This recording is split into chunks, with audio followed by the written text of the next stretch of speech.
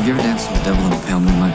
Oh, that's what it's like listening to this show. This is Tim's New York Giants Straight Talk, powered by only Big Blue. I can't even talk. Big Blue LLC. We're going to do it. We're going to do it once, and we're going to do it one time only. That's what she said. We are going to have our mock draft video. I'm not one of these guys that likes to produce content by just rehashing the same shit over and over again, like mock draft 15.9. Nope, this is going to be one. We're going to do it once. That's it. And they're going to go into the draft on Thursday. We're going to the draft party. We're going to hang out. Hope to see some people there. You won't be able to miss me. I am going to be wearing my official Nike OBB shoes. So make sure you look for that. Look, when you see people walking around, you see some guy in high tops, and you see on the back of his shoes Nike, and on top of that you see OBB. That's me. Come over and say hello. Want to do this video because of the fact that I'm trying to think what's the best way to go about this draft, because there's different options, there's different ideas, there's different ways you can speculate this. We need to continue to build a foundation. And the problem is 2 years ago we had 5 and 7, and we really didn't build the foundation like we should have. Evan Neal has not panned out. Kayvon Thibodeau has his ups, has his downs, and then he goes 6 games is only half a sack. So consistency is going to be the key from that, and some of the other building blocks that we have pieced together in the last 2 years just haven't panned out. So, but we have to continue to still figure out a way to build a foundation, build an organization from the ground up, and we got to figure it out, and we got to do it soon, because I think this may be the last year Shane is going to be at the helm, especially if this draft flames out and the other two don't work out like they should have. So the first pick in the draft, the 6th overall pick, I don't think the Giants, I think the Giants want to trade up for May. Maybe they do, maybe they don't. I don't know. And like I said on the stream the other day, I am doing everything in my power to try to like Drake May. Now I don't go into, well, he's in the, he's playing in North Carolina, he's same area that Duke is in. So you got another Duke quarterback and all blah, blah, and Daniel Jones. No, that's not it. That's not even close to it. I mean, he has the talent. He has I think he has all the physical attributes. He has the size. He has the speed. He has the ability to like we said before, make all the throws on Sunday. But the problem is he had a down season. He has his ups. He has his downs. And it's just one of these interesting things. The more you watch him, the more you see things you like, and the more you see things you don't like. And I've said it before, he reminds me of more athletic Daniel Jones with a better arm. He has the same kind of issues with his ability to process plays. We don't really want to go through that again, do we? I mean, we really don't. So he may potentially drop to 6, depending on how the cards shake out. I don't think Arizona or the Chargers are going to trade their picks. So I think there's a good possibility that he'll be sitting there at 6. But I just keep coming back to this one name, though, at 6, and a guy that just would make sense to the Giants. And I keep hearing you can't take him at 6, but you could take him at 11. And I always get confused, because what if you trade 11 and they're a team that needs a quarterback? That, of course, is going to be Michael Penix Jr. I got to take Penix at 6. I got to throw caution to the wind. I got to go after the most pro-ready quarterback outside of Caleb Williams and take Penix at 6. Just plain and simple. If you could take him at 11, you could take him 5 spots earlier at 6. Ernie, of course, he showed us the way with Eli Manning. We've gone through the story ad nauseum when he was the general manager, the rookie general manager with the Baltimore team, Baltimore Colts back in 83, and he had the first overall pick, and Elway said, I'm not coming there. And they traded the pick away against his better judgment, because Elway said, I'm going to go play for the Yankees. That was a big smokescreen. So ownership for the Colts blinked, and of course he always said, if I had the opportunity to go out and get my quarterback again, I'm going to move heaven and earth to do it. And he did that with Eli Manning. And I keep just looking at Penix. People are going to say, Tim, how can you disavow or not look at the two knee injuries? Well, the 2 knee injuries were the last one was 2 years ago. And you talk about the fact that you want to run it back with Daniel Jones for another 2 years, but Daniel Jones has 2 neck injuries and a knee injury in 3 years. So do you really want to, is he not injury prone now?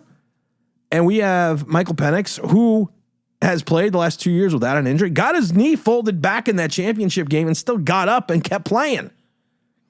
4,903 yards, 36 touchdowns, 11 interceptions, 3 scoring touchdowns as well. He's a guy that has that arm. He has that ability. He can hit the nice touch pass. He can hit this pass along the sideline. He can go over the back shoulder. He completed 65% of his passes. People will talk about, well, in the latter half of the season, he showed some accuracy issues when he was rushed. Well, who doesn't? And he still completed 65% of his passes. I think the biggest thing that he's going to need to look at or improve on to help with his accuracy is going to be his mechanics. He's going to have to be more consistent with his mechanics and his footwork. And he's going to need to develop that. You got yourself a good coach. You got yourself a good head coach, allegedly, who knows how to work with quarterbacks. You got an offensive coordinator going down to year 3, and hope you have a good quarterback coach, because I have a feeling, like I said, if you work on this kid's mechanics, you work on his ability to figure out his footwork and his foot placement, you are going to have something special. And I love it because all of a sudden, ever since the championship game, people are NFL, some not even NFL teams, it's more people on content creators. They're like, well, he's got vision problems. He doesn't see the field well. Well, no, actually, he saw the field pretty well in that championship game. He just missed 3 open guys. He sent the throws to him. He just missed them.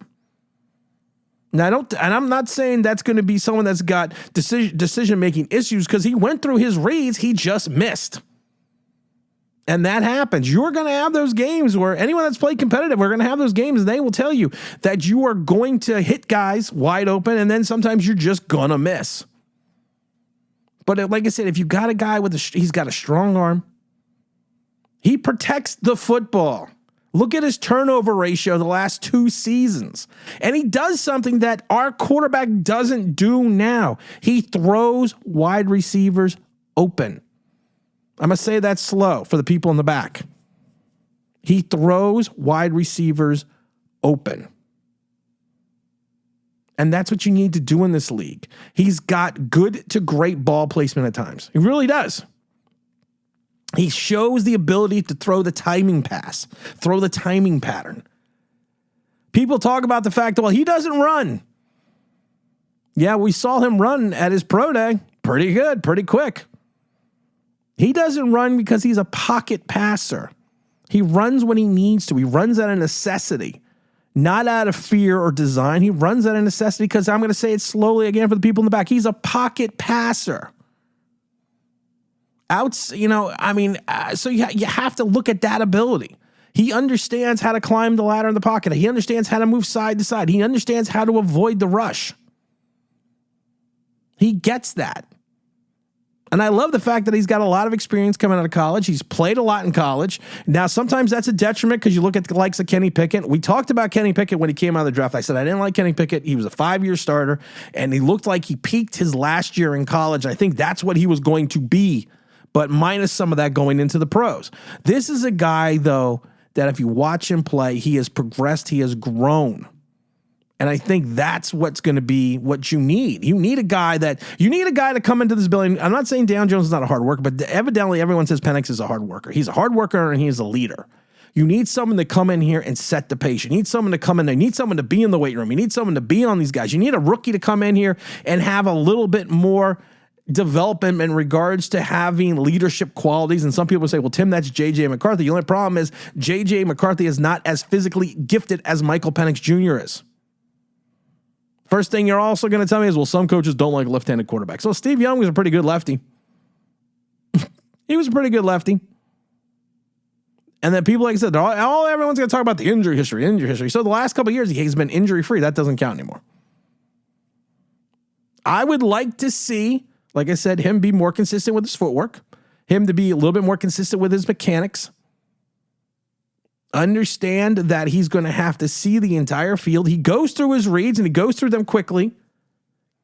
He goes through his progressions, and he's just going to have to understand he's going to be on a team that honestly, is not going to be very good offensive line wise, but he is going to have to understand he is going to have to use his athleticism, which he does have, to avoid the rush. Kind of like a Tommy DeVito, kind of like a Tyrod Taylor, and he can do it.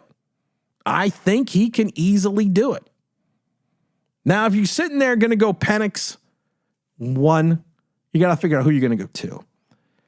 Here's the problem with the second round. We've talked about this before. Free agency is kind of a precursor to the draft. You can tell by the free agent market what NFL teams think is the strong suit in the draft. And one of the two strong suits in this draft are going to be wide receivers and cornerbacks. And the Giants need both. The wide receiver market in this year, you saw a lot of big names get moved. And you see a lot of good names still on the cornerback positions in free agency. Why? Because you know you can get a guy. You know you can get a guy in this draft. Now, I'm still torn who the Giants should go with in the second round. I've been trying to think about this over and over again. And I keep thinking, you have to get a corner and you have to get a wide receiver. And it's interesting because I think you could probably flip-flop these two guys. And that's kind of where I'm going with this. I think either or of them could be had in the second or the third. If I'm going to go with that second round pick, I got a new quarterback, I got to get him a target. And I got to get him a big target. I don't want a kid that's got this blazing speed. I don't want a kid that can turn all the, turns the clocks and everyone looks at it, ooh, I need a guy that can play. That's why I'm going Keenan Coleman, Florida State wide receiver, 6'3", 213 pounds. Yeah, people are going to say, well, yeah, he ran a bad 40 time. Well, so did Jerry Rice. Jerry Rice could get timed with a sundial. That's how bad his 40 time was. Now, people are going to look at it and say, Tim, well, he came over from Michigan State. He only had 50 catches for 559 yards. He didn't put up those huge numbers at Florida State, but this kid's got the size, he's got the speed, he's got the athleticism. I think he's got game speed. I don't think he's got straight line speed. I think he's got game speed. He's got good size, quickness, and athleticism. He is Kenny G in regards to going up and get the ball, but he is a young version of Kenny G. He is a guy that you can just see he's got something with him. If you go back to 2023 and the career game that he had, and in the beginning, excuse me, my monitor's going crazy. At the beginning of 2023 versus LSU, he ate the lunch of Carson, the Wake Forest quarterback. What did I say? LSU? I'm getting my games all confused. He had the 9 catches, 122 yards, and 3 touchdowns versus LSU. He also got the kid against Wake Forest. Against his matchup, he ate his lunch as well. People are going to point out the fact that he's slow and he's going to have an issue gaining separation. I don't think so, because I think he's going to use his size. I think he's going to use his lateral quickness. The biggest problem about Jalen Hyatt was, besides the fact that he only caught 50% of the passes thrown his way and the wide receiver ignored him, he had a problem getting knocked off his routes off the line. That's not going to happen with Keenan Coleman. Bigger corners are not going to be using their physicality against him. He's going to create mismatch. He's a very big, athletic wideout. And you know what he reminds of? He reminds me of Akeem Nicks. He's willing to go across the middle, and he's got those strong-ass Plaxico Burress hands. He's got those bear mitts. You want to talk about a guy that's going to be dangerous on the 50-50 pass and is going to be a weapon within the red zone? This is it. This is it. This is the guy. I like to use that old word, gritty. He's a gritty guy. He's a grinder. He's an old-school guy with good technique, good running ability, good route running ability, and he's physical. And I think he can contribute immediately. And the biggest issues I think people have with him is the fact that he's not a burner. He's not a guy that's going to light you on fire. They're going to say he lacks the deep speed. I heard the same thing about, I'm not saying he's Jerry Rice, but we heard the same thing about Jerry Rice. And then the other thing is always, well, he's going to have separation issues. With that size and that frame and that ability, he is going to push certain corners around. And if you want to look at it, I think if you in the division, especially with Philadelphia, I think he can go after those guys, and I think he can do something special against the corners of Philly. You get your big physical wide receiver, and then you look around and you go, okay, round 3, what are we going to do? That's why I think these guys can be interchangeable. I got to go corner. I have to go corner. Because of the fact that I have Deonte Banks, then I have Darnay Holmes, Cordell Flott in the slot, and then a host of others. I need a safety too, because I'm not happy with the safety room, but I need a safety. But I also need a corner more, and I need a guy that might be able to step in right away and play. I always forget about Trey Hawkins. I think everyone forgets about Trey Hawkins. And I have to look at this, and I got to look at it from the perspective that this guy may have some physical deficiencies, but I think he can make it up with it because he's a high-end athlete. And that's going to be, I'm going to go with Max Melton, cornerback out of Rutgers, 5'11", 187 pounds, ran a 4.39. Had 32 tackles last year, 3 interceptions, 6 pass breakups. I mean, he had a great showing at the NFL Combine. I mean, he showed that he is an athlete. He showed that he has an upside. He showed that he can develop into a starter. And I think these are the type of guys athletically you need to look at. You need guys that have high upside, not only in regards to their ability to play, but also in regards to them being good athletes. Now, the problem is he played into, he had a good season, but he played on a, not a great Rutgers team. Same thing in 2022. He was on a bad Rutgers team. The problem I see is he had 187 pounds. I like to see him bulk up a little. I like to see him get around 205 without losing some of his quickness and a lot of his speed. He's a guy that, like I said, he's a guy that is extremely fast.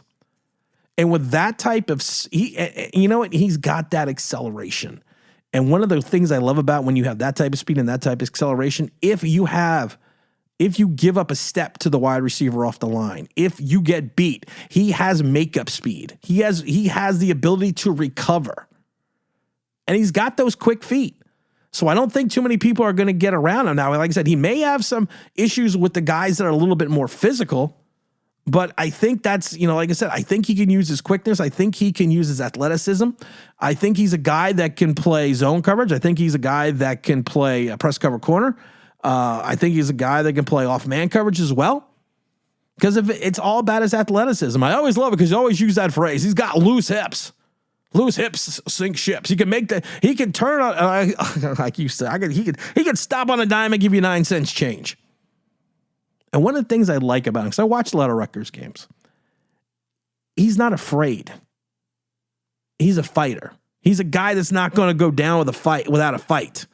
He doesn't give up on plays. And that's what I really like about him. He doesn't give up on plays.